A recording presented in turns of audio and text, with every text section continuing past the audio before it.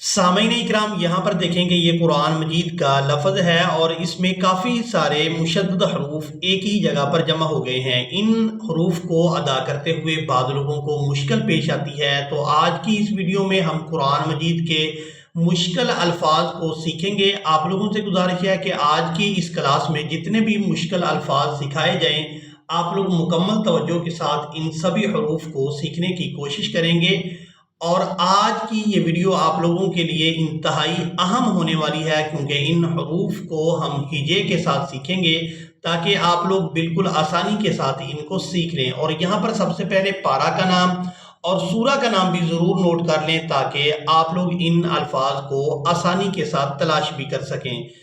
اعوذ باللہ من الشیطان الرجیم، بسم اللہ الرحمن الرحیم۔ یہ قرآن مجید کا پارہ نمبر 18 قد افلح اور سورۃ النور ہے، اور اس کی آیت نمبر 40 ہے۔ اس کو پڑھنا سیکھیں گے۔ او کظلمات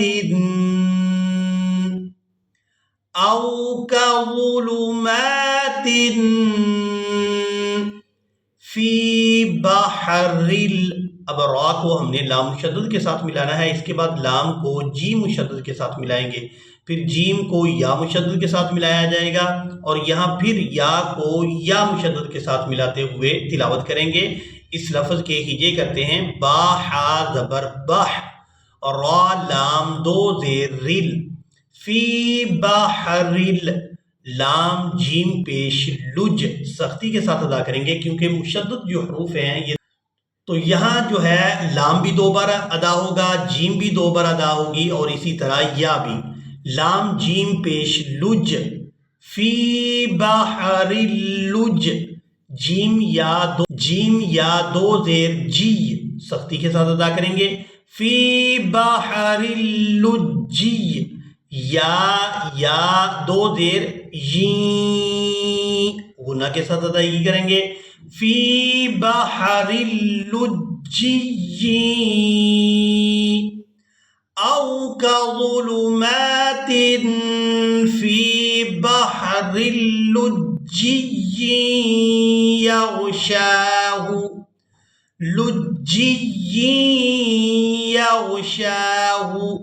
موج من فوقه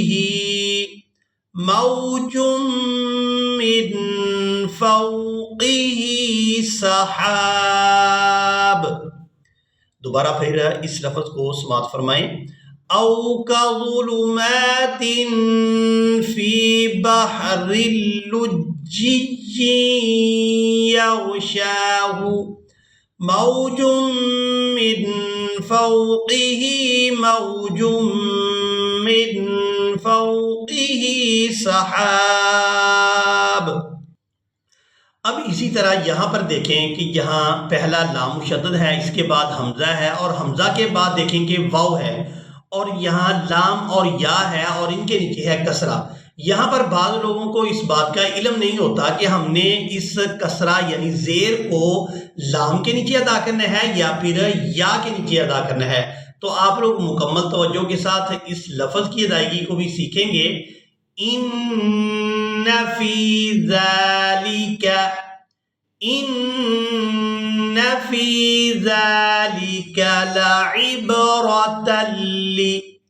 لعبرۃ